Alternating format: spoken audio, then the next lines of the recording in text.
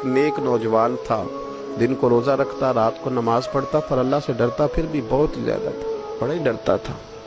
मौत का वक्त आया तो माँ ही थी बस उसकी, तो माँ से कहने लगा, अम्मा तो मेरी माँ है, मेरे साथ 3 वादे तो कर। उसने कहा, पुत्र तू बता, आखिरी हिज की ले रहा है और इस गरीबनी माँ से तू वादा ले रहा है, बता क्या वादा। अर्ज करने लगा, अम्मा जब मैं मर जाऊँ ना तो मेरे गले में रस्सी डाल के तो मुझे घुमाना करके सहन में। और लोगों को कहना जो रब की नाफरमानी करे उसका यही हाल होता है।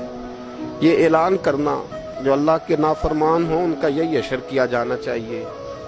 और अम्मा फिर दूसरा वादा कर, मेरा रात को जनाजा उठाया जाए, मैं नहीं चाहता कि किसी के मुंह से ये लफ्ज निकल जाए कि वो देखो अल्लाह का नाफरमान जा रहा है, रात को मेरा जनाजा उठाना।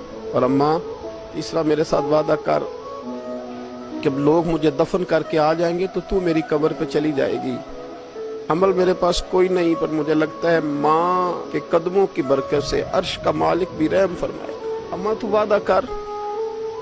बाबा साहब रहमतुल्लाह अलैह फरमाने लगे कि माँ, बूढ़ी माँ ने वादा कर लिया। कहा बेटे ठीक है, अगर तेरी यही जिद है तो मैं तैयार हूँ। फिर उसने कलमा शहादत पढ़ा, उस नौजवान की रूह परवाज कर गई।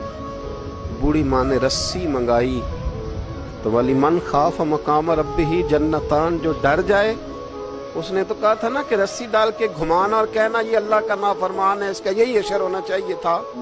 लेकिन जब माँ गले में रस्सी डालने लगी तो घर के हर कोने से आवाज आने लगी, खबरदार ये रब का दोस्त है, अल्लाह के दोस्तों के साथ इस तरह का मामला न किया जाए, इसे छोड़ दिया जाए।